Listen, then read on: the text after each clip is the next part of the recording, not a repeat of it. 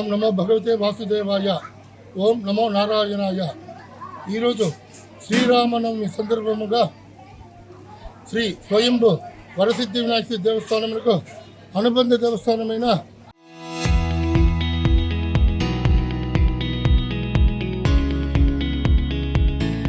సీతా లక్ష్మణ హనుమత్ సమేత శ్రీ కోదండరామస్వామి ఆలయమునందు ఉదయం 10:20 నుంచి మహాస్నపన తిరుమంజనం 12 గంటల నుంచి 12:47 అభిజిత్ లగ్నమునందు సీతారామచంద్ర కళ్యాణ మహోత్సవం ఈవో గారు మరియు చైర్మన్ గారు మరియు బోర్డు ధర్మకర్తల మండలి అధ్యక్షులు మరియు సభ్యులు మరియు గ్రామస్తులు మరియు ఉభయదారులు భక్తులు అందరూ కలిసి సమిష్టిగా స్వామికి కళ్యాణోత్సవం స్నపన తిరుమంజనం పాంచరాత్రి ఆగమ ప్రకారం నిర్వహించడమైనది.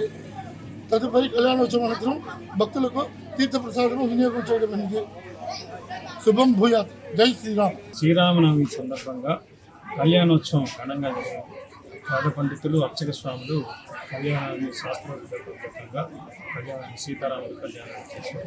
అదేవిధంగా చైర్మన్ గారు, బోర్డు మెంబర్లు, ఇతర పెద్దలు, గ్రామ పెద్దలు, ఉభయదారులందరూ కూడా ఈ కార్యక్రమం చాలామంది భక్తులు కూడా ఈ కళ్యాణోత్సవం టికెట్ తీసుకుని కళ్యాణోత్సవ సేవలు చేసుకున్నారు. చాలా చక్కగా శాస్త్రబద్ధంగా వైభవంగా శ్రీరాముల కళ్యాణం, శ్రీరాముడికి సీతకి లోక కళ్యాణం కోసం ప్రజలందరూ కూడా సుఖశాంతితో చేసినట్టు మనం సీతారాముల కళ్యాణం. అదేవిధంగా విఘ్నేశ్వర స్వామి